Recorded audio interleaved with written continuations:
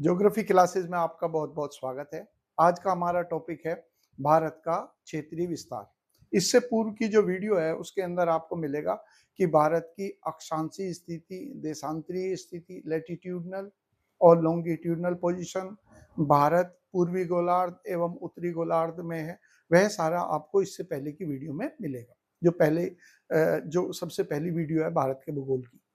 तो क्षेत्रीय विस्तार के अंतर्गत हमें क्या चीज पढ़नी है? देखिए, किसी भी राष्ट्र के अंदर 3 प्रकार की भूमियां जो है वह होती हैं।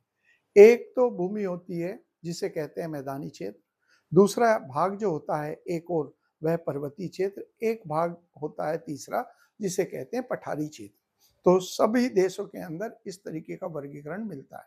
उससे पहले देखते हैं भारत की जो कुल भौगोलिक क्षेत्र है वह कितना है। तो भारत का जो कुल भौगोलिक क्षेत्र है वह कितना है? वह आता है 32.8 लाख वर्ग किलोमीटर। ये भारत की कुल भूमि का क्षेत्रफल है। और हमने यह भी पढ़ा था कि भारत की भूमि जो है वह कुल मिलाकर संसार के 2.4% की हिस्सेदारी रखती है। फिर देखते हैं कि जो इस भूमि का वर्गीकरण कैसे है। तो इसका जो वर्गीकरण है वह इस प्रकार से है कि सबसे ज्यादा भारत के अंदर जो क्षेत्रफल कवर किया जाता है वह है मैदानी क्षेत्र। तो मैदानी क्षेत्र की जो हिस्सेदारी है भारत की भूमि में वह है 43%। ध्यान रखना है। दूसरा स्थान जो आता है वह आता है पर्वतीय क्षेत्र का। तो पर्वतीय क्षेत्र जिसमें पर्वत आ गए और पहाड़ियां भी आ गई, तो वह मिलाकर हिस्सेदारी बनाती है 30%। इंपॉर्टेंट है, परीक्षाओं में सवाल पूछा जाता है। तीसरी जो हिस्सेदारी है वह है पठारी क्षेत्र। तो जो पठारी क्षेत्र है वो कितना प्रतिशत बचा? वह बचा 27%। तो इस चीज को मेमोराइज करना और याद रखना बहुत ज्यादा जरूरी है। खास तौर से ये 30% वाला तो क्वेश्चन परीक्षा में पूछा भी जा चुका है। अब देखते हैं भारत का उत्तर से दक्षिण या उत्तर दक्षिण और पूर्व पश्चिम जो विस्तार है वह किस प्रकार का है। इसको भी, ये भी तथ्य से जुड़ा हुआ क्वेश्चन जो है अलग किस्म से आ गया यूपीएससी के अंदर। एसएससी के अंदर तो उन्होंने सीधे क्षेत्रफल पूछ लिया कि कितनी लंबाई है, लेकिन जो यूपीएससी है उन्होंने इसका आधार पूछा हुआ कि अंतर क्यों है। तो जो कुल लंबाई है भारत की वह उत्तर दक्षिण दिशा में जब हम देखते हैं तो उत्तर से दक्षिण दिशा में, या हम कह सकते हैं कश्मीर से कन्याकुमारी तक, कश्मीर से कन्याकुमारी तक, तो यह भारत का कितना क्षेत्र है? तो यह रहता है 3214 किलोमीटर, यानी कि 3214 किलोमीटर जो है वह भारत की कुल लंबाई है उत्तर से दक्षिण की ओर।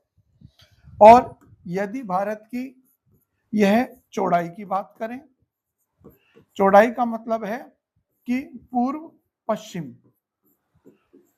पश्चिम में अगर हम देखते हैं तो, या हम कह सकते हैं गुजरात से अरुणाचल प्रदेश तक, गुजरात से अरुणाचल प्रदेश जो सबसे पूर्वी राज्य है भारत का, अरुणाचल प्रदेश तक, तो यह बैठता है कुल लंबाई 2933 किलोमीटर। तो आप ये देखिए, ये अंतर, यानी कि इधर तो है 3214 किलोमीटर और यहां पर है 2933 किलोमीटर। तो यह अंतर क्यों है? ये क्वेश्चन है यूपीएससी का। तो उसको समझने के लिए सबसे पहले देखते हैं भारत के भौगोलिक नक्शे पर। तो ये सवाल बना कैसे? इस तरीके से बना ये सवाल कि यदि हम भारत की ये अक्षांशीय स्थिति देखें तो 37 डिग्री, मैं 6 मिनट पे नहीं जा रहा ताकि सरल बना सकें, और यहाँ कन्याकुमारी में हो गई 8 डिग्री। तो यदि 29 में से हम 8 को माइनस 37 में से जब यदि हम 8 को माइनस करते हैं, 37 में से हम 8 को माइनस करते हैं तो 29 डिग्री आता है। अब देखते हैं कि भारत का देशांतरीय जो सबसे पूर्वी देशांतर है यह कितना है, 97 डिग्री। भारत का जो सबसे पश्चिमी देशांतर है वह है 68 डिग्री।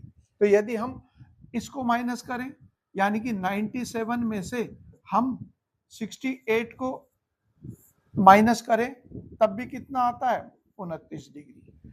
तो भारत के देशांतरीय अंतर भी 29 डिग्री है, भारत का अक्षांशीय अंतर भी 29 डिग्री है, लेकिन क्षेत्रफल में अंतर क्यों है? तो उसका जो उत्तर है हमारे पास वह ये है कि यदि ये वाला ये अंतर क्यों है, तो ये अंतर इसलिए है कि यदि हम यह देखें कि अक्षांश और देशांतर जो रेखाएं हैं उनके बारे में जरा यह देखें। इसको हम थोड़ा ऐसे बना देते हैं। देखिए ये जो रेखाएं हैं जिनको हम कहते हैं अक्षांश रेखाएं, यह समानांतर रेखाएं हैं और इनके बीच में जो दूरी है वह सदा एक सी ही रहती है, अर्थात 111 किलोमीटर। तो जब हम भारत के लंबाई की बात करते हैं और 29 डिग्री की बात करते हैं तो 29 डिग्री को गुणा करेंगे हम 111 किलोमीटर से, ठीक है। और अगर हम देशांतर की बात करते हैं जो कि उत्तर से दक्षिण की दिशा में इस तरीके से आती हैं, तो आप यहाँ चित्र में भी देख पा रहे हो कि इनके बीच में जो दूरी है वह सर्वाधिक दूरी जो है वह इस पर है जिसको कहते हैं विषुवत रेखा, ये वाली। तो यहाँ पर जो इनके बीच में दूरी है वह सबसे ज्यादा है 111 किलोमीटर के बराबर। और बाकी जगह के ऊपर चाहे आप दक्षिणी ध्रुव की तरफ चलो चाहे उत्तरी ध्रुव की तरफ जाओ तो इनके बीच में दूरी जो है घटती है। और चूंकि भारत जो है वह 8 डिग्री पर है तो जाहिर बात है जब हम देशांतर 29 देशांतर की को गुणा करेंगे तो वह 111 किलोमीटर से कम पर ही गुणा होगा, इसलिए यह अंतर जो है वो प्राप्त होता है। ठीक हो गया। तो ये हमारे क्षेत्रीय उसके बारे में अंतर हो गया। अब हमने यह भी किया था कि जो अक्षांश रेखाएं हैं उनमें दो महत्वपूर्ण अक्षांश रेखाएं हैं जिनका मुझे आपको जिक्र करना है आज के लेक्चर में। तो हमने किया था एक तो ये कर्क रेखा के बारे में। तो ये जो कर्क रेखा है इसके बहुत सारे क्वेश्चन है, यूपीएसआई से लेकर और आईएएस के और अन्य यूपीएससी की परीक्षाओं में भी इससे जुड़े हुए हर एग्जाम के लिए इंपॉर्टेंट है। तो पहले तो देखते हैं कि कर्क रेखा जो है उसकी क्या स्थिति है। तो जो कर्क रेखा है यह है 23.5 डिग्री और उत्तर में। इस 23.5 डिग्री को हम लिख सकते हैं, इसको लिख सकते हैं 23.30 डिग्री उत्तर, ठीक है। तो क्योंकि ये आधा डिग्री जो है वह 30 के बराबर होगा, इसलिए क्योंकि जब हम किसी भौगोलिक स्थान के स्थिति को जानने के लिए उसकी डिग्री को नापते हैं तो वह 60 मिनट के बराबर होती है। तो इसीलिए यहाँ पर आधा डिग्री जो है वो 30 के बराबर होगी। ये भी महत्वपूर्ण तथ्य है, सीटेट के एग्जाम से लेकर यूपी बीएड के एग्जाम में भी ये क्वेश्चन है इस आशय का, तो वह समझेंगे हम आगे भी, यहाँ पर आप ध्यान रखिए। अब उसके बाद क्या है, तो कर्क रेखा जो है इसके बारे में इंपॉर्टेंट बात क्या है, यह भारत को लगभग 2 बराबर के भागों में बांटती है, लगभग 2 बराबर के भागों में बांटती है। क्यों? क्योंकि यहां पर देखते हैं दोबारा से, अगर हम भारत की फिर वही पॉइंट पे ध्यान देते हैं कि भारत की अक्षांशीय और देशांतरीय स्थिति की बात करें। देखो, और उत्तर में कितना देशांतर है, अक्षांश है, ये है हमारा 37 डिग्री। दक्षिण में लगभग कितना बैठ रहा है जी, 8 डिग्री। और बीच में कितना है ये वाला, ये है 23.5 डिग्री। तो इसका मतलब हो गया कि यदि हम इनको माइनस करें, 37 में से 23 को माइनस करें और 23 में से 8 को माइनस करें तो लगभग बराबर बैठता है। तो इसीलिए संयोगवश जो है कर्क रेखा वह काल्पनिक रेखा है जो भारत को 2 बराबर के भागों में बांटती है, ये ध्यान रखना है।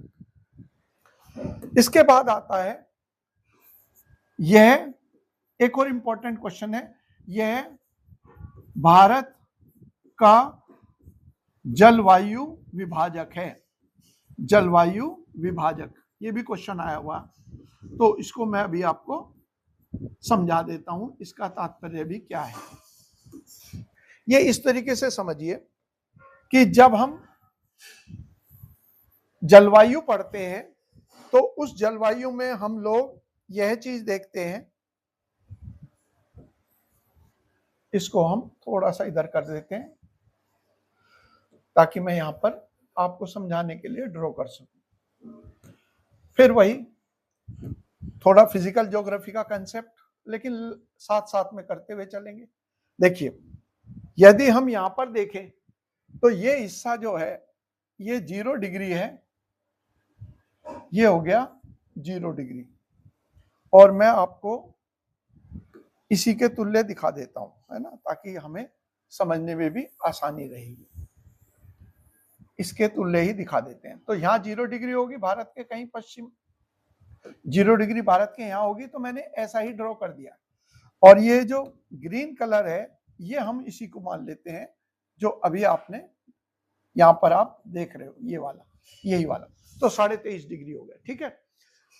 तो जब हम विश्व जलवायु को पढ़ते हैं तो हम ये पाते हैं कि 0 से लेकर और जो 10 डिग्री तक का क्षेत्र है वह तो कहलाता है विषुवतीय, और 15 से लेकर और 30 डिग्री तक, 15 से लेकर और 30 डिग्री तक, ये जो हिस्सा है 30 डिग्री तक, और ये पड़ गया हमारा 23.5 जिसको हम कर रहे हैं। तो फिलहाल हम 23.5 को ही मान लेते हैं क्योंकि यही समझना हमें।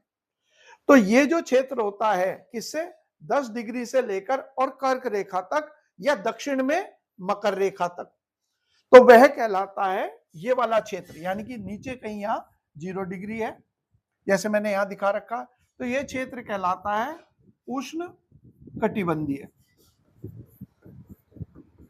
यानी कि इसे कहते हैं ट्रॉपिकल, इसे ट्रॉपिकल प्रकार की जलवायु कहते हैं।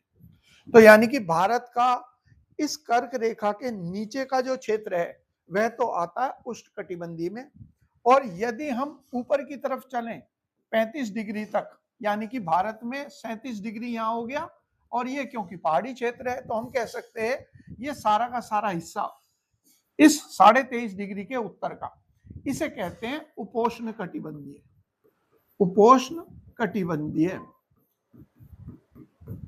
या इंग्लिश में इसको कहते हैं सब ट्रॉपिकल, सब ट्रॉपिकल। तो भारत को 2 जलवायु क्षेत्रों में बांटने का काम जो है वह कर रही है कर्क रेखा। ये उत्तर हो गया, तो ये वाला पॉइंट हो गया, जलवायु विभाजक है। यह अक्षांश रेखा यानी कि कर्क रेखा भारत के 8 राज्यों से, भारत के 8 राज्यों से, 8 राज्यों से होकर गुजरती है। और राज्यों के नाम देखते हैं कौन कौन से हैं, जरा मैं फिर मैप को दिखाता हूं, और इस बार जो आपको मैप दिखाता हूं वो दूसरे वाला दिखाता हूं जिसमें हम राज्य को भी दर्शा सकें, उसी पॉइंट के ऊपर रहते हैं। तो यहां पर हो गया ये राज्य, थोड़ा बड़ा कर देते हैं इसको। देखिए, तो ये जो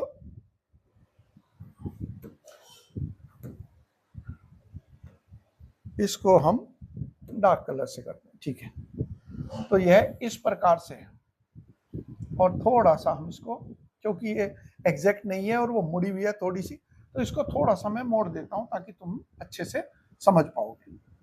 तो हम यहां पर रखते हैं ताकि उत्तर प्रदेश जो है इसमें शामिल न हो, इसलिए मैंने ऐसे किया है। तो यह देखिए, अब जरा यहां पर गौर करते हैं और एक क्वेश्चन का और आंसर भी देंगे इसके साथ ही। वह क्या है, देखो कौन कौन से राज्य हैं। तो एक राज्य पश्चिम में पड़ गया गुजरात, पहला। तो यहां मैं राज्य लिख देता हूं और फिर हम इसके बारे में देखेंगे कि क्या क्या पॉइंट हमारा रहेगा।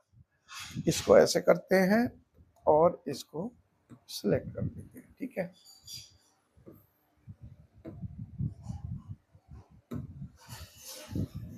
इसको हम ऐसे ले जाते हैं, वापस आते हैं। तो 8 राज्य, कौन कौन से राज्य हो गए। तो हमें यह भी ध्यान रखना है कि इन्हें आप ऐसे लेके चलिए कि पश्चिम से पूर्व की तरफ, पश्चिम से पूर्व की ओर, से पूर्व की ओर। तो किस क्रम में आएगा, तो पहले नंबर पे आएगा गुजरात, दूसरे पे आएगा राजस्थान। सीक्वेंस यही याद रखनी है आपको और मैप पे भी हम देखते हुए चलेंगे। तीसरे नंबर पे आएगा मध्य प्रदेश, चौथे नंबर पे आएगा छत्तीसगढ़, पांचवें नंबर पे आएगा झारखंड, छठे नंबर पे आएगा पश्चिम बंगाल, सातवें नंबर पे आएगा त्रिपुरा और आठवां जो नंबर है वह आएगा मिजोरम। यह 8 राज्य हो गए। अब इसके अंदर भी ये ध्यान रखना, क्योंकि एग्जाम में क्वेश्चन यह आया कि कौन कौन से राज्य ऐसे हैं जहां से ये कर्क रेखा गुजरती है कि जो तटीय है, यानी कि जिनकी भूमि जो है समुद्र से लगती है। तो हमारा उत्तर क्या होगा, एक तो गुजरात है और एक है पश्चिम बंगाल। तो इसका मतलब है इसको फिर वर्गीकृत करेंगे, किस रूप में, इसको हम फिर वर्गीकृत करेंगे कि इनमें हम ये कहेंगे कि दो राज्य तटीय, ये क्वेश्चन यूपीएससी का है, और 6 राज्य स्थलबद्ध, यानी कि केवल चारों ओर भूमि से ही ढके हुए हैं। ये भी इंपॉर्टेंट पॉइंट है, अवश्य ध्यान रखना है। और तो इसको एक बार मैप के थ्रू देख लेते हैं कौन कौन से जिनका भी हमने जिक्र किया।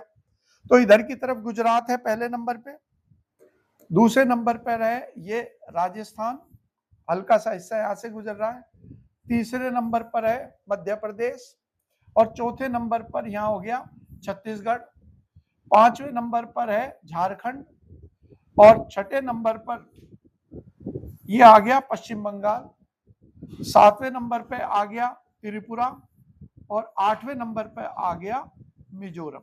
यह हो गए 8 राज्य। अब इनमें स्थलीय और भूमिबद्ध या और तटीय देख लीजिए। तो यहां पर जो है इसकी सीमा अरब सागर से लग रही है, तो इसलिए गुजरात जो है वह भारत का तटीय राज्य हो गया। और इधर की तरफ देखेंगे तो ये है पश्चिम बंगाल, जो बंगाल की खाड़ी से सटा हुआ है। तो इस प्रकार से ये 2 राज्य जो हैं इनकी तटीय सीमा लगती है, यह देखना।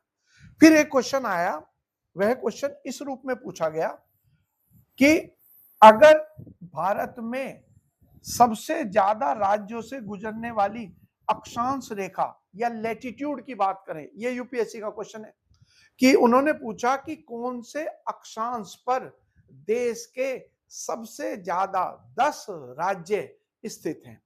तो यह ध्यान रखिए कि यदि हम इसको थोड़ा सा ऊपर की तरफ ले जाएं, तो थोड़ा सा ऊपर ले जाने पर क्या होगा कि हमें ये 2 राज्य और शामिल, एक 2 राज्य और इसमें शामिल हो जाएंगे। वह कौन से हैं, यहां पर देखते हैं। देखो, तो अगर हमने इसको थोड़ा बड़ा कर दी, ऊपर की तरफ ले गए, यानी कि 23.5 कितना है, यहां पर हमने कहा था यह था 23.5। तो अगर हम इसकी जगह पर ऊपर की तरफ ले जाए 24 डिग्री पर, यानी कि आधा डिग्री ऊपर ले जाए, तो इसके अंदर उत्तर प्रदेश भी शामिल हो जाएगा, ये रहा। और इसके अंदर इधर की तरफ जो है ये है मणिपुर, तो मणिपुर भी शामिल हो जाएगा। तो यह क्वेश्चन था परीक्षा में। तो 8 राज्य जिनसे कर्क रेखा गुजरती है, और उनमें 2 राज्य और जोड़ दीजिए, वह पड़ेंगे उत्तर प्रदेश और मणिपुर। तो इस प्रकार से कुल संख्या हो जाएगी हमारी कितनी, 10। तो ये क्वेश्चन इस रूप में है। यहां पर देखते हैं इसको, तो वो पॉइंट भी शामिल कर लेते हैं।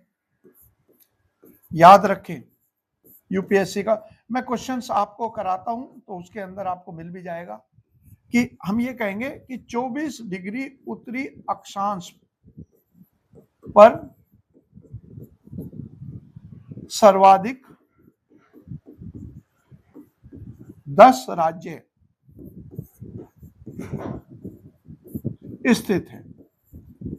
इन 10 में कौन कौन से हैं, तो इसके अंदर ये 10 राज्यों में शामिल हैं कि 8 तो जिनसे कर्क रेखा गुजरती है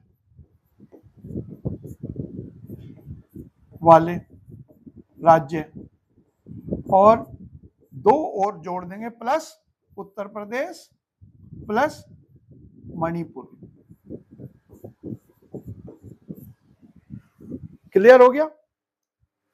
इसको इस रूप में आप लोगों को अवश्य याद रखना है। अब हम अन्य अक्षांश रेखा की बात करते हैं। ये अक्षांश रेखाएं जो बाकी वाली थी वो मैंने आपको पिछली वीडियो में कर दी, तो अब दोबारा उनको दोहराने की आवश्यकता नहीं है। अब करते हैं एक महत्वपूर्ण देशांतर रेखाएं जिसका जिक्र पिछली वीडियो में किया गया है, उसे एक्सप्लेन जो है वह मैं अब कर देता हूं। तो भारत का जो मानक समय है, उस मानक समय के लिए जो हमने देशांतर का चयन किया है वह 82.5 डिग्री। तो हम पहले वही लिख लेते हैं। सबसे पहले तो यह है भारतीय मानक समय, इसको कहते हैं Indian standard time, Indian standard time कहते हैं। अब इंडियन स्टैंडर्ड टाइम के लिए भारत ने कौन से देशांतर रेखा का चुनाव किया, फिर वापस इसी मैप के ऊपर हम देखते हैं, उसी पॉइंट के ऊपर जाते हैं कि यदि भारत को ऐसा देशांतर चुनना हो जो उसके बीचों बीच हो, तो उसके लिए क्या करना होगा, हम पहले इससे ही देखते हैं। ठीक है, इसको देखते हैं और फिर इसके बाद देखेंगे इसके बारे में, है ना, इसका बारे में जिक्र करेंगे। इसको ऐसे कर लेते हैं फिलहाल, ऐसे। तो देखिए, अब भारत के सबसे पूर्व में जो देशांतर है वह कौन सा है, 97 डिग्री। भारत के सबसे पश्चिम में देशांतर है 68 डिग्री। तो हमने इन दोनों को जोड़कर आधे से भाग किया।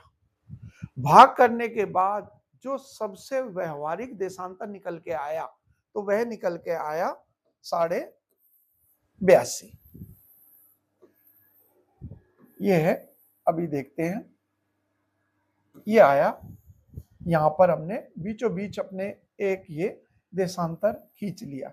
इसी को हम कहते हैं भारतीय मानक समय। अर्थात हमने चुनाव जो है एक ऐसी रेखा का किया जो काल्पनिक रेखा देशांतर है, जिसके इधर की तरफ भी बराबर दूरी हो और इसके इधर की तरफ भी बराबर दूरी रहे। और वह किससे निकल के आया, वह निकल के आया 82.30। हम पूर्वी या फिर इसी को हम लिखते हैं 82.5 डिग्री इस प्रकार से। ये इसलिए इंपॉर्टेंट है कि 2013 के सीटेट में यही क्वेश्चन आया कि 82.5 कितने के बराबर होगा। तो उस चीज के बारे में स्पष्ट रखिए कि जब हम किसी भौगोलिक क्षेत्र के देशांतरी स्थिति को देखते हैं, किसी भी ज्योग्राफिकल एरिया के बारे में लॉन्गिट्यूड से कैलकुलेट करते हैं, तो तब 1 डिग्री जो है वो 60 मिनट के बराबर होता है। और जब हम देशांतर को समय निर्धारित करने के लिए चयन करते हैं तो वहां पर 1 डिग्री 4 मिनट के बराबर होता है। इसीलिए जब समय निर्धारण करेंगे तो भारतीय समय को हम 1 डिग्री 4 मिनट के देशांतरी आधार पर अंतर्राष्ट्रीय समय के साथ कैलकुलेट करेंगे। लेकिन जब भारत की भूगोल के ऊपर, पृथ्वी के ऊपर भौगोलिक स्थिति की बात करेंगे तो 1 डिग्री 60 मिनट के बराबर आएगी। और यह जो है भौगोलिक स्थिति है। तो इसलिए हम 82.5 को यहाँ 82.02 नहीं लिखते, इस या 2 नहीं लिखते, इसको लिखते हैं 82.30। ये स्पष्ट रहना चाहिए आप लोगों को। अब देखते हैं इसके अंदर जो हमारा पॉइंट है। अब भारत के अंदर इस क्षेत्र की बात करें तो यह जो क्षेत्र है हमारा, चलिए मैं इसको हटा ही देता हूं, इसकी आवश्यकता नहीं है फिलहाल में, इसको भी हटा दें, ये कर। तो हमने जिसका चुनाव किया है उस लाइन को हम यहां पर ड्रॉ करेंगे।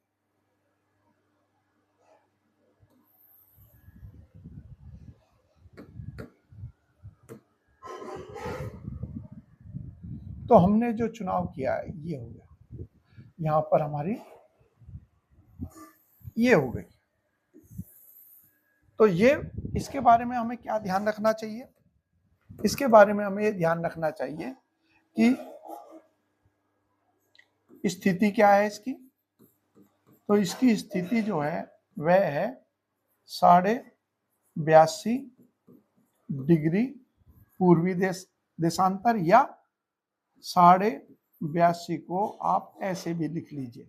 इंपॉर्टेंट है, मैंने जैसे बताया ये इसकी स्थिति है। इसको स्वीकार कब किया गया? स्वीकार कब किया गया यानी कब हमने अपनाया भारतीय मानक समय के लिए इस देशांतर को? वह हमने किया 1 सितंबर 1947 को। उस दिन हमने निश्चय किया कि अब से हम जो है इसी 82.5 को मानक समय के रूप में स्वीकार करेंगे। अब कितने राज्यों से गुजरती है? कितने राज्यों से गुजरती है? तो हमारा उत्तर होगा कि यह भारत के 5 राज्यों से गुजरती है। कौन कौन से राज्य लिखेंगे? तो हम कहेंगे कि उत्तर प्रदेश, दूसरा जो है वह मध्य प्रदेश, तीसरा छत्तीसगढ़, चौथा जो है वह पड़ेगा ओडिशा, और जो पांचवा है वह पड़ेगा आंध्र प्रदेश। आंध्र प्रदेश, ठीक है। और उत्तर प्रदेश में जहां से लाइन गुजरती है वो प्रयागराज के पास नैनी या प्रयागराज। तो ये संयोग है कि यह यहां से गुजरती है। तो इसलिए कई बार पूछ लेते हैं कि यह कहां से गुजरती है, तो उसमें नैनी का विकल्प इसलिए आ जाता है क्योंकि यह बहुत सारी परीक्षाओं में पूर्व में पूछा गया है, तो संभवतः इसलिए बार बार इसको रिपीट पूछा जाता है। तो प्रयागराज जिले के अंदर ये स्थान पड़ता है जहां से लाइन गुजरेगी। तो ये तो हो गया देशांतर के बारे में। अब देशांतर रेखा जो है वह इसलिए इस्तेमाल होती है ताकि समय का निर्धारण किया जा सके। तो भारतीय जो समय है वह अंतर्राष्ट्रीय समय से किस अंतर पर है, क्या आगे है या पीछे है, उसके बारे में भी जान लेते हैं। तो जब हम बात करते हैं भारतीय मानक समय की, तब हम क्या देखते हैं? यह देखते हैं कि भारतीय समय जो है, भारतीय मानक जो समय है, यह लंदन के समय से 5.5 घंटे समय GST यानी कि GMT ग्रीनविच मीन टाइम कहते हैं, अंतरराष्ट्रीय मानक समय भी कहते हैं, इसको हम इंटरनेशनल स्टैंडर्ड टाइम भी कहते हैं। ठीक है, तो GMT से 5.5 घंटे आगे है,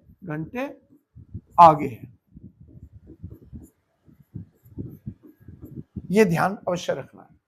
और इसको हम इस तरीके से समझ सकते हैं, देखिए कि जब हम समय का निर्धारण करते हैं तो समय का निर्धारण करने के लिए हम एक देशांतर का चुनाव करते हैं, जिस देशांतर को कहा जाता है, ये देशांतर है जिसका हम चुनाव करते हैं, अभी मैं बनाता हूं, ये है प्रधान देशांतर, ये 0 डिग्री प्रधान देशांतर है, 0 डिग्री, और इसके पीछे जो है वो है 180 डिग्री। ये जो मैं डॉटेड लाइन है असल में गोले के पीछे का हिस्सा है, तो ये है कितना 180 डिग्री, क्योंकि पृथ्वी जो है एक तरबूज नुमा आकृति मान लीजिए और तरबूज की 2 फांक काट दीजिए, 180 डिग्री की एक हिस्सा पड़ेगा और 180 डिग्री का दूसरा हिस्सा, तो 360 डिग्री जो पृथ्वी गोले नुमा है उसके 180 डिग्री कहलाती है। तो 180 डिग्री के अगर हम ऐसे चलें इधर की तरफ, पूर्व की तरफ, तो इधर की तरफ जो है वो समय क्या होता है, समय जुड़ता है, ठीक है। और अगर इसके पश्चिम की ओर चलेंगे तो हम इसके पश्चिम पे चलने पर समय घटता है, समय कम होता है या घटता है। और सूत्र क्या रहेगा कि समय घटने और बढ़ने का, तो देखिए बड़ा सरल सा है कि पृथ्वी जो है वह एक गोला है जिसमें टोटल जो डिग्री है वो है 360 डिग्री, और ये 360 डिग्री जो है ये 24 घंटे के अंदर घूमती है, ठीक है। तो यदि हम ये जानना चाहें कि ये बताइए 1 घंटे में यह कितने डिग्री घूमेगी, तो आप इसको ऐसे लिख सकते हैं कि 24 घंटे तो 360 के बराबर है, और 1 घंटा जो होगा वह 24 से भाग करके आएगा, और यह कितने के बराबर होगा, यह निकल के आएगा 15 डिग्री। यदि आप इसको डिवाइड करोगे 360 को 24 से, तो 6 चौक 24, 6 छंग 36, और फिर 4 से उसे भाग करोगे तो 15 ही निकल के आएगा। तो इसका अर्थ हो गया कि 1 डिग्री जो है, इसका अर्थ हो गया 1 घंटा जो है वह 15 डिग्री के बराबर होगा। और यदि हम ये देखना चाहें 1 डिग्री कितने के बराबर होगा, तो हम उल्टा लिख लें, यानी कि 15 डिग्री जो है 1 घंटे में कितने हो गए, 60 मिनट के बराबर है, ठीक है। तो 1 डिग्री कितने के बराबर होगा, 60 को 15 से भाग कर दीजिए तो निकल के आएगा 4 मिनट।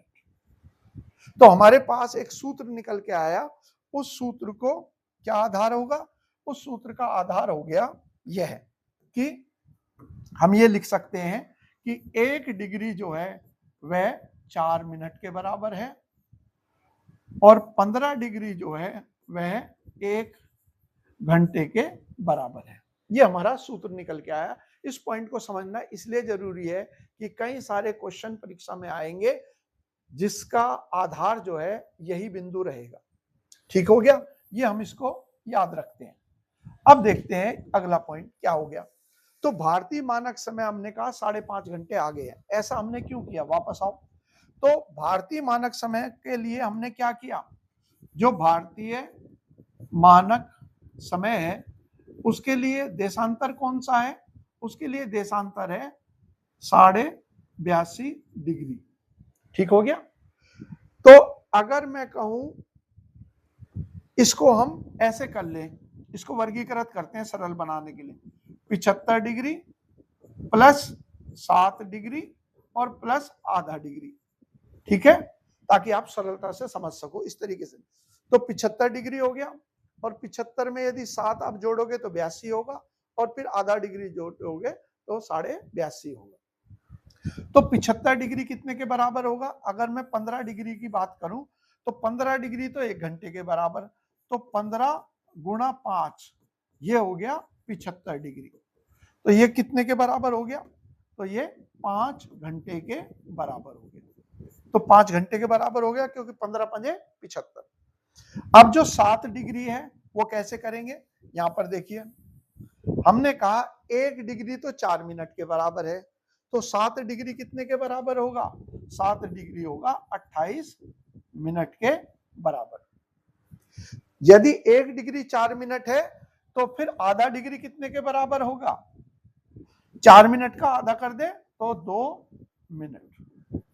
तो अब इसको आप जोड़ दीजिए, यानी कि 5 घंटे, फिर आपने कहा 28 मिनट, फिर आपने कहा 2 मिनट, तो इन सबको जोड़ेंगे 10, 3 और यहां पर 5। तो भारतीय समय का अंतर कितना निकल के आया? भारतीय समय का अंतर निकल के आया 5.5 घंटे।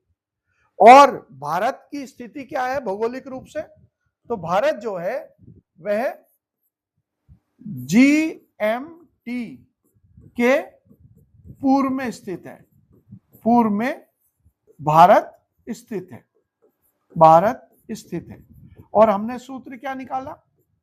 हमने ये बताया कि यह सूत्र है कि जो भी पूरब के अंदर समय होगा, याद कीजिए, पूर्व के अंदर समय जो है वो क्या होगा? पूर्व में समय जुड़ता है और पश्चिम में समय घटता है। यदि इतने ही डिग्री हम पश्चिम में देखते तो समय अंतर तो 5.5 ही होता, परंतु हम उसे माइनस कर देते, यानी कि जो लंदन में समय आएगा उसमें से हम 5.5 घंटे को पश्चिम में तो माइनस करेंगे और पूर्व, क्योंकि भारत व्यापार करने भी आई थी ईस्ट इंडिया कंपनी, तो इसका मतलब है भारत जो है पूरब में लंदन के स्थित। तो ये आंसर हो गया हमारा। इंपॉर्टेंट पॉइंट जरूर ध्यान रखना है। अब इसमें एक और क्वेश्चन जो है वो आया, इस रूप में आया कि उन्होंने ये पूछा कि जो भारत है, भारत के पूर्वी और पश्चिमी चरम बिंदु कौन से हो गए? यानी कि सबसे पूर्वी देशांतर जो हमने 97.25 पूरब पढ़ा, और सबसे पश्चिमी देशांतर जो हमने 68.7 डिग्री पढ़ा था, 68 डिग्री और 7 मिनट पढ़ा था, के मध्य समय अंतर। तो ये सवाल था कि मध्य समय अंतर कितना है, समय अंतर कितना है। तो भाई आप वही पॉइंट ध्यान रखो जिसका जिक्र मैंने पिछली वीडियो में आपको सूत्र बना के बताया था। क्या बताया था? कि यदि भारत के सबसे पश्चिमी बिंदु की बात करोगे तो आप लिखना पहले यहां 6, क्योंकि गुजरात जब हम लिखते हैं इस तरीके से तो 6 बनता है, तो पहले 6 लिखिए।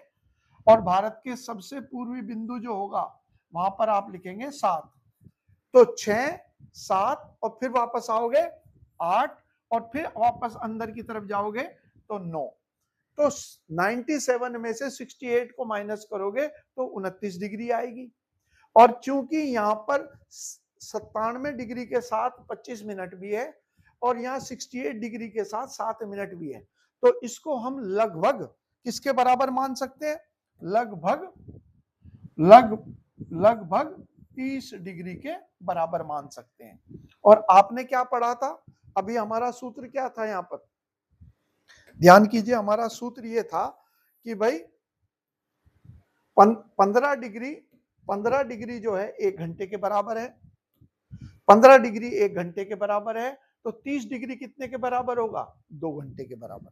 ये एग्जाम में क्वेश्चन था कि भारत के सबसे पूर्वी और पश्चिमी बिंदु के मध्य कितने डिग्री का, कितने समय का अंतर है। और इस रूप में भी पूछा गया है कि अरुणाचल प्रदेश में सूर्य जब निकलता है उसके कितनी देर के बाद गुजरात में सूर्य उदय होगा। तो हमारा फिर उत्तर क्या होगा? हमारा फिर उत्तर यही होगा कि भाई सूर्य उदय में कितना समय लगेगा?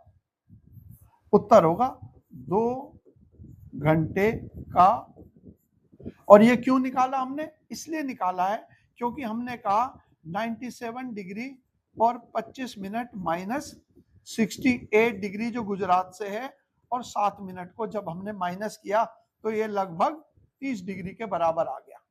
और क्योंकि 15 डिग्री 1 घंटे के बराबर है,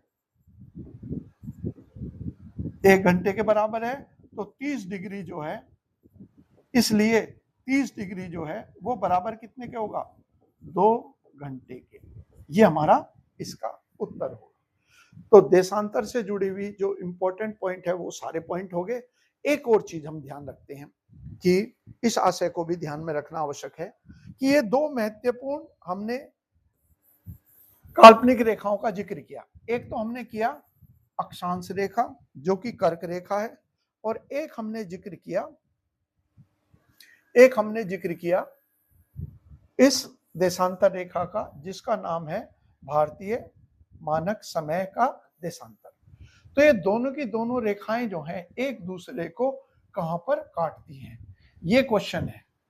तो देखिए ये दोनों की दोनों लाइनें जो हैं एक दूसरे को काटती हैं कहां पर? यहां पर देखिए छत्तीसगढ़। तो छत्तीसगढ़ वो स्थान है जहां पर ये लाइनें जो हैं एक दूसरे को काटेंगी, और जगह जो पड़ती है वह है सूरजपुर छत्तीसगढ़। इसका भी ध्यान रखना आवश्यक है। तो यहां पर हो गए हमारे ये महत्वपूर्ण पॉइंट। अब अगले बिंदु की तरफ चलते हैं, वह है कि भारत की क्षेत्रीय सीमा तो हमने पढ़ ली, अब है भारत की समुद्री सीमा।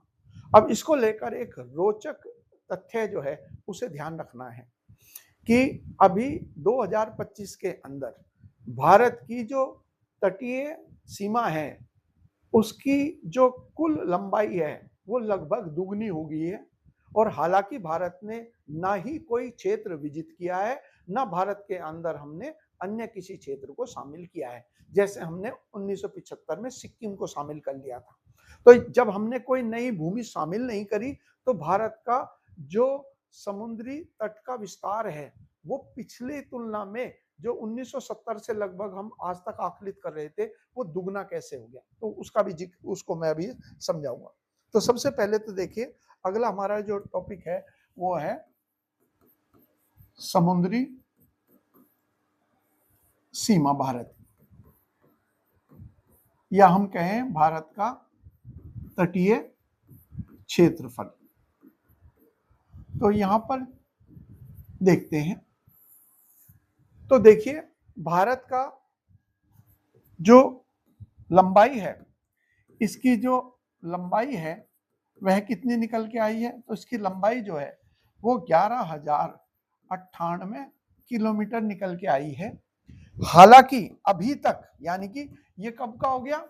ये हो गया हमारे 2025 में। इससे पहले जो है 1970 के दशक से लंबाई जो आकलित कर से यह लंबाई 7516 किलोमीटर आकलित की गई थी। तो ऐसा क्या हुआ कि बगैर किसी क्षेत्र को जीते हुए भारत की जो तटीय सीमा की लंबाई है वो इतनी ज्यादा बढ़ गई? तो उसके पीछे कारण ये है कि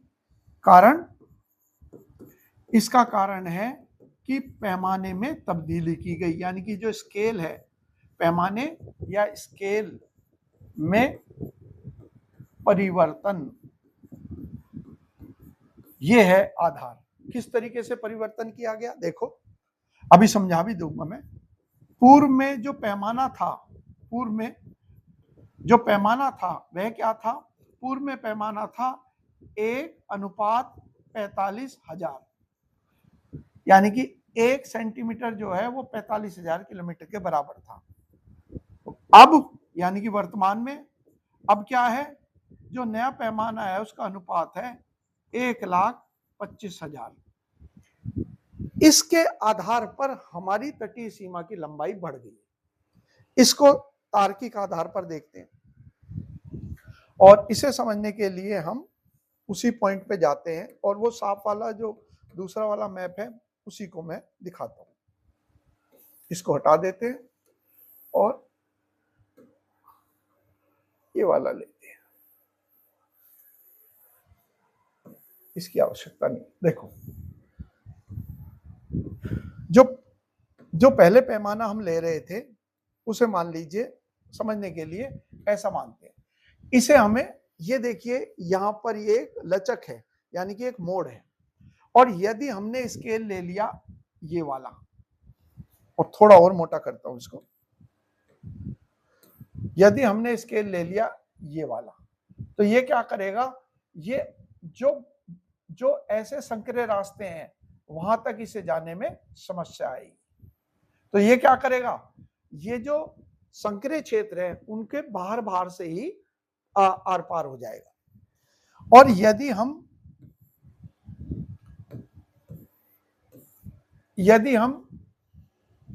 थोड़ा पतला लेते हैं ये वाला फॉर एग्जाम्पल, तो ये कैसे जाएगा, ये बिल्कुल इस तरीके से होता हुआ जाएगा। इसको हम ऐसे भी समझ सकते हैं, यदि मैंने ये बना दिया और इस हिस्से को मैं थोड़ा बड़ा करके बना दूं ऐसे, ये ऐसे, ठीक है, और हमें इसकी अब लंबाई नापनी है। तो हम क्या करेंगे कि जो पतले वाला स्केल है ये वाला, जो हम अब नया स्केल इस्तेमाल कर रहे हैं वो ऐसा होगा। तो ये क्या करेगा, ये ऐसे जाकर और इसके भीतर तक चला जाएगा ऐसे, और फिर यहां भी आ जाएगा, ये इस तरीके से नापेगा। और जो पहला स्केल था वह क्या था, पहला स्केल जो हमने कहा वो बहुत ही ज्यादा, वो पैमाना कैसा था, इस प्रकार। तो ये पैमाना क्या करेगा, इस हिस्से पर ऐसे ही चला जाएगा, अंदर नहीं जा पाएगा। देखो ऐसे, देखो, समझ गए।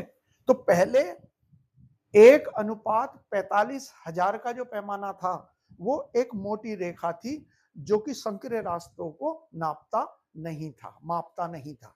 और अब 1:25 वाला ये हो गया जो बहुत ही ज्यादा बारीक और पतला है, ये छोटे छोटे जो संकरे रास्ते हैं उनका भी मापन कर रहा है। इसलिए जो है भारत की जो तटीय सीमा है उसकी लंबाई अब बढ़ गई है। अगला पॉइंट हो गया, जैसे उत्तराखंड पीसीएस में आया कि भारत के कितने राज्यों की तटीय सीमाएं हैं, तो हम अब देखते हैं देश के, सॉरी वापस करते हैं वही पॉइंट, देश के 9 राज्यों की तटीय सीमा है, यानी कि 9 राज्य हैं जिनकी समुद्र से सीमा लगती है। कौन कौन से हैं भाई, जरा देख लेते हैं, पहले मैं लिखवा देता हूं। तो एक जो है, पश्चिम से शुरू करते हैं, इस तरीके से होते हुए पूरब की तरफ चलेंगे। सबसे पहले गुजरात, दूसरे नंबर पर फिर आ जाएगा महाराष्ट्र, तीसरे नंबर पे आ जाएगा गोवा, यानी कि पश्चिमी तट पर गोवा, चौथे नंबर पे आ जाएगा कर्नाटक, और 5वें नंबर पर आ जाएगा केरल। अब ये जितने भी राज्य हैं इधर की तरफ पश्चिम की ओर, इनकी सीमा लगती है अरब सागर से, इसका भी अभी हम जिक्र करेंगे अरब सागर के साथ। अब जो पूर्वी तट पर भारत के राज्य हैं वह कौन कौन से हैं, दक्षिण से उत्तर की तरफ चलते हैं, क्योंकि हम ऐसे आ रहे हैं तो इधर की तरफ पड़ेगा तमिलनाडु, सातवां उसके उत्तर में कौन सा पड़ेगा, आंध्र प्रदेश, आठवां कौन सा पड़ेगा, ओडिशा, नौवा राज्य कौन सा पड़ेगा जी, पश्चिम बंगाल। और इसके साथ में जो तटवर्ती क्षेत्र है वो कहलाता है बंगाल की खाड़ी, बंगाल की खाड़ी। तो ये क्वेश्चन हो गया, आंसर हो गया हमारे उस क्वेश्चन का जो कि उत्तराखंड पीसीएस में पूछा गया। अब इससे जुड़ा हुआ एक क्वेश्चन एसएससी में आया। कैसे? जितने भी तटीय क्षेत्र हैं वहां पर जो प्राकृतिक वन पाए जाते हैं उन वनों को कहते हैं मैंग्रोव वन, इन्हें मैंग्रोव फॉरेस्ट भी कहते हैं। ये प्राकृतिक रूप से ऐसे वन होते हैं जो खारे पानी को सह सकते हैं और एक तरीके से तटों की प्राकृतिक सुरक्षा उपलब्ध कराते हैं। तो एसएससी के एग्जाम में उन्होंने पूछा कि कौन से राज्य हैं जिसके अंदर हमें मैंग्रोव वन पाए जाएंगे। तो यदि इन 9 में से कोई राज्य होगा तो वह हमारा उत्तर होगा। एक तो यह पॉइंट आप लोगों को ध्यान रखना है। अब इन राज्यों के अलावा भारत में 4 केंद्र शासित प्रदेश हैं जिनकी समुद्री सीमा है। 4 केंद्र शासित यानी कि संघ शासित कह लीजिए, अर्थात जिनका शासन केंद्र सरकार के प्रतिनिधि के द्वारा चलाया जाता शासित प्रदेश हैं। कौन कौन से हैं उनका भी देख लेते हैं जरा, वह कौन से आएंगे। पश्चिम के अंदर देखेंगे तो दादर, नागर हवेली और साथ में इसके जुड़ गया है दमन दीव, दमन दीव। एक तो ये हो गया पश्चिमी तट पर।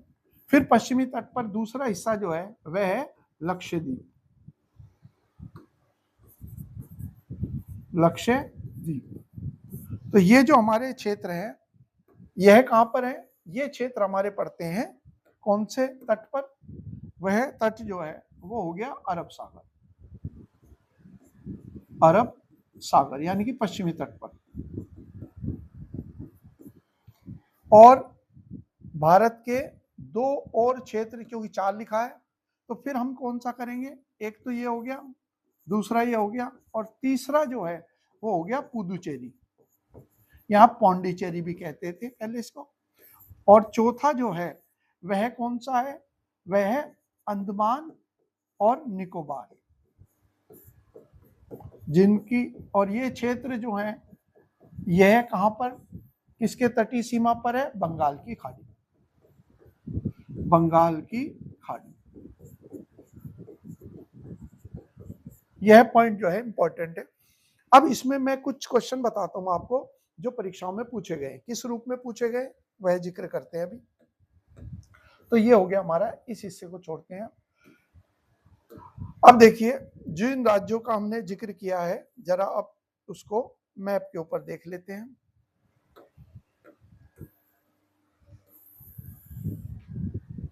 देखिए जिनका हमने जिक्र किया है तो समुद्री सीमा जो है वो इन क्षेत्रों की लगेगी। जरा हम इसको कर लेते हैं, पश्चिम से शुरू करते हैं। पश्चिम में कौन सा है? गुजरात। और यहां पर गुजरात के साथ ही ये हिस्सा है, मैं यहां पर बना देता हूं ताकि आप उसे साथ साथ करते हुए चलो। तो यहां पर है दादर नागर हवेली, दादर नागर हवेली, और यहां है दमन और यहां पर है दीव। तो यहां पर लिख देते हैं दीव, ठीक है। और नीचे की तरफ जो है यहां पर है लक्षद्वीप, यहां पर है सॉरी पुदुचेरी, और ये हो गया अंडमान निकोबार, अंडमान एवं निकोबार, ये क्षेत्र है हमारे। अब वापस देखते हैं तो ये हो गया हमारा गुजरात, सबसे लंबी तटीय सीमा गुजरात राज्य की है, देखेंगे अभी।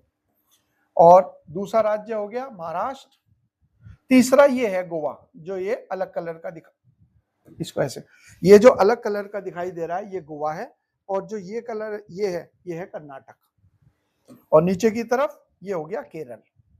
फिर यानी कि, और इनके साथ जो द्वीप हैं कौन कौन से, वह होगी दादर नागर हवेली, दमन और दीव, और नीचे की तरफ लक्षद्वीप जो केरल के तट के पास है। फिर करते हैं इधर की तरफ, इधर पूर्वी तट पर एक तो तमिलनाडु है, और यहां पर ही पुदुचेरी, पुदुचेरी को मैं अभी एक क्वेश्चन भी बताऊंगा, और इधर है अंडमान निकोबार। इसके बाद आंध्र प्रदेश, आंध्र प्रदेश के ऊपर ओडिशा, और ओडिशा के ऊपर पश्चिम बंगाल। अब यहां पर एक पॉइंट और मैं बता देता हूं जो इंपॉर्टेंट है, और ये क्वेश्चन फिर एसएससी के एग्जाम में पूछा गया। तो यहां पर जो ये पुदुचेरी है, पुदुचेरी की एक विशेष बात यह है कि ये हमारे पास आया था, फ्रांस के द्वारा उपनिवेश था जो भारत के अधिकार में 1947 के बाद आया। तो उस समय पर जो इसकी प्रशासनिक व्यवस्था थी फ्रांस के अधीन, वो ये थी कि इसका जो ये मेन हिस्सा है जो पुदुचेरी कहलाता है, वह तो है ये वाला, और यहां पर जो आपने कल पढ़ा था ये वाला आपने पढ़ा था, इसको कहते हैं पॉइंट केली मेरे।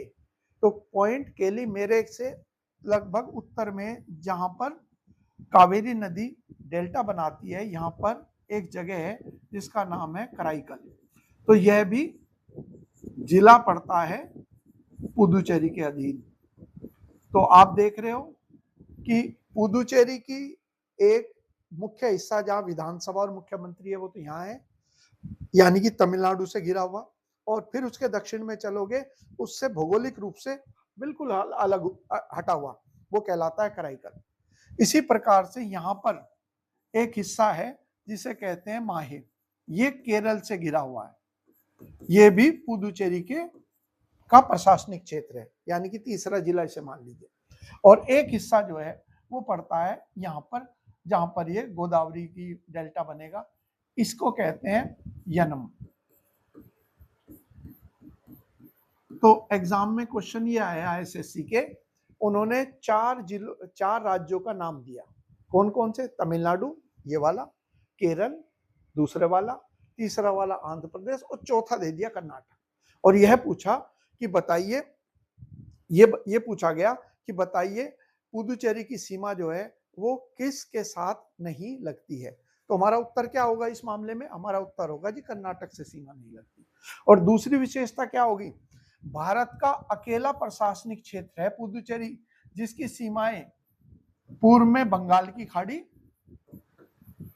और पश्चिम में अरब सागर के साथ लगती है। पश्चिम में ये हो गया अरब सागर।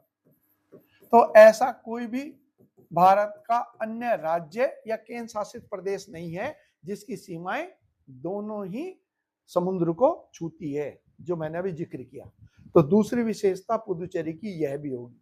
और तीसरी विशेषता यह होगी कि भारत का अकेला प्रशासनिक क्षेत्र कौन सा है जिसमें उसके जिलों की एक दूसरे के साथ सीमाएं नहीं लगती। तो 4 जिले हो गए, पुदुचेरी, कराईकल, माहे और यनम, इन चारों की सीमाएं एक दूसरे के साथ नहीं लगती हैं। तो इस दृष्टि से इसके बारे में हमें ध्यान रखना है। तो मैं यहाँ पर लिख देता हूं पुदुचेरी की विशेषता ऐसे करके, पुदुचेरी की विशेषता क्या है, इसकी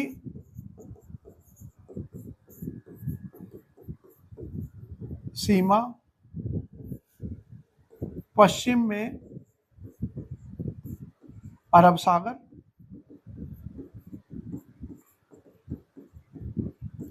पूर्व में बंगाल की खाड़ी से लगती है। फिर कौन सा हो गया, यह भी आएगा, इसके 4 जिले हैं जो भौगोलिक रूप से जो भौगोलिक रूप से एक दूसरे से अलग हैं, एक दूसरे से पृथक, एक दूसरे से पृथक, अर्थात सीमाएं नहीं लगती हैं, सीमाएं नहीं छूती हैं, नहीं छूती है, ये ध्यान रखना। फिर हो गया अगला पॉइंट हमारा, ये हो गया कि भाई भारत में जो समुद्री सीमा है, भारत में जो समुद्री तट की लंबाई है, उस आधार पर भारत के जो राज्य हैं, लंबाई के आधार पर राज्यों का अवरोही क्रम, यानी कि डिसेंडिंग ऑर्डर, सबसे बड़े से सबसे छोटे की तरफ, वह कौन कौन सा है देखते हैं। तो पहला नंबर जो है, पहला स्थान जो है वह पड़ता है गुजरात। दूसरे नंबर पर, क्योंकि अभी आंकड़े जो है जारी कब हुए हैं, 2025 में, इससे पहले जो है दूसरे स्थान पर आंध्र प्रदेश था, लेकिन अब जो है दूसरे नंबर पर तमिलनाडु, और तीसरे स्थान पर आंध्र प्रदेश। ये हो गया, ठीक है। तो आज हमने काफी कुछ इस वीडियो के अंदर भारत की भौगोलिक स्थिति, भारत के जो महत्वपूर्ण बिंदु हैं उनके बारे में पढ़ा, इनका जिक्र हुआ, और यहाँ पर हम एक पॉइंट और कर लेते हैं ताकि हमारा ये टॉपिक आज खत्म हो जाए। फिर मैं भारत और भारत के राज्यों के बारे में आप लोगों को कराऊंगा, वो इम्पोर्टेंट भी पॉइंट रहेगा। एक और पॉइंट है जिसे कहते हैं सिलीगुड़ी कॉरिडोर या चिकन नेक, तो ये और मैं करा देता हूं और फिर आज के टॉपिक को हम खत्म करेंगे। सिलीगुड़ी, गलियारा, या इसको कहते हैं चिकन नेक, दूसरा नाम इसका है चिकन नेक, क्योंकि इसकी आकृति जो है मुर्गे की गर्दन जैसी है, तो इसको चिकन नेक भी कहते हैं। तो यह जो है भारत का सामरिक दृष्टि से एक संवेदनशील और सुरक्षा की दृष्टि से संवेदनशील क्षेत्र कहलाता है। यह कहाँ है, स्थान कहाँ है इसका, स्थान जो है वह है सिलीगुड़ी। ये जो सिलीगुड़ी है ये पश्चिम बंगाल में है, सिलीगुड़ी, इसीलिए इसका नाम जो है सिलीगुड़ी गलियारा रखा गया है। तो राज्य पड़ेगा पश्चिम बंगाल ये, और इसकी जो चौड़ाई है बहुत कम है, और कुछ जगह के ऊपर इसकी चौड़ाई जो है ये 20 किलोमीटर तक रह जाती है, यानी कि ज्यादा फैला हुआ नहीं। अभी दिखाऊंगा मैं ज्योग्राफिकल मैप के ऊपर।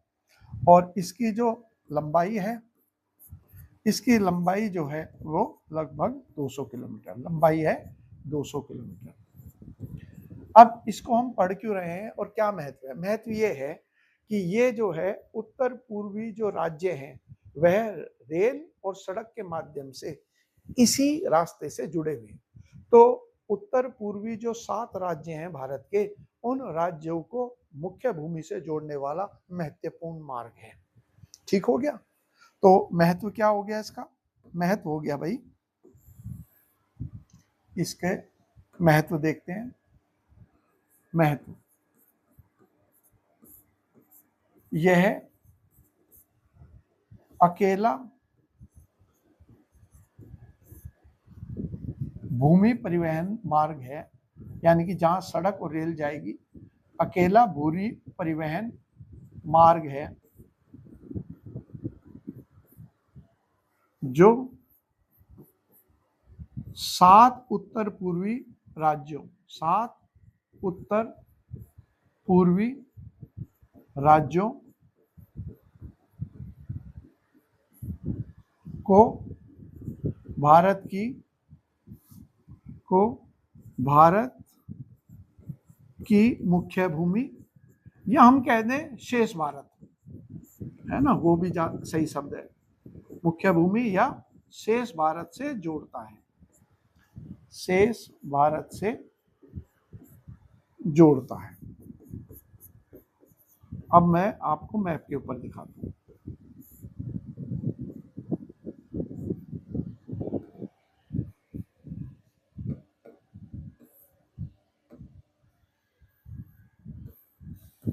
ये जो क्षेत्र है हमारा, ये वाला, अभी मैं इसको आपको दिखा देता हूं।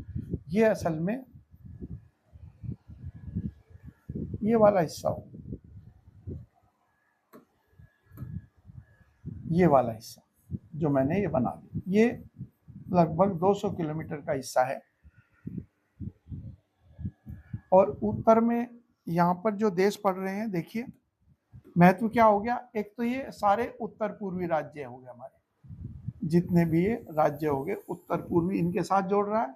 और फिर अगर आप देखोगे तो कुछ देश हैं, जैसे दक्षिण में बांग्लादेश, यहाँ पर नेपाल, उत्तर में चीन और यहाँ पर भूटान। तो ये क्षेत्र जो है इसलिए सामरिक दृष्टि का महत्वपूर्ण है, क्योंकि ये चारों देश जो है वह भौगोलिक रूप से इसके निकट है। और यदि भारत की कहीं शत्रुता है तो यह क्षेत्र जो है, अगर इस क्षेत्र पर किसी हमारे विरोधी का कब्जा हो जाए तो उत्तर पूर्वी राज्यों के साथ में जो आवागमन है उसे रोककर इस क्षेत्र के अंदर कुछ गतिविधियां जो देश को नुकसान पहुंचाए उसे किया जा सकता है, इसलिए महत्वपूर्ण है।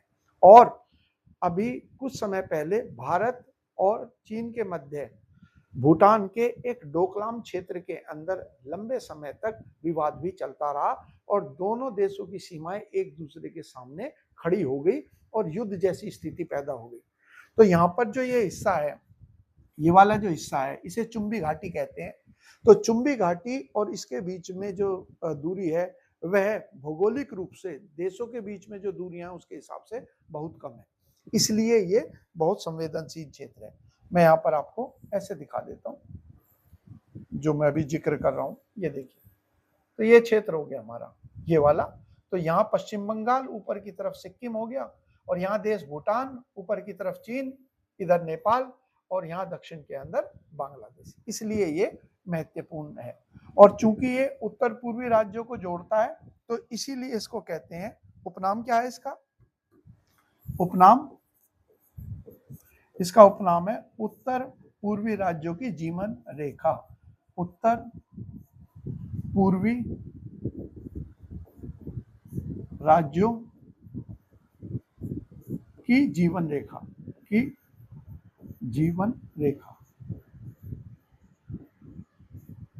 ये कहना।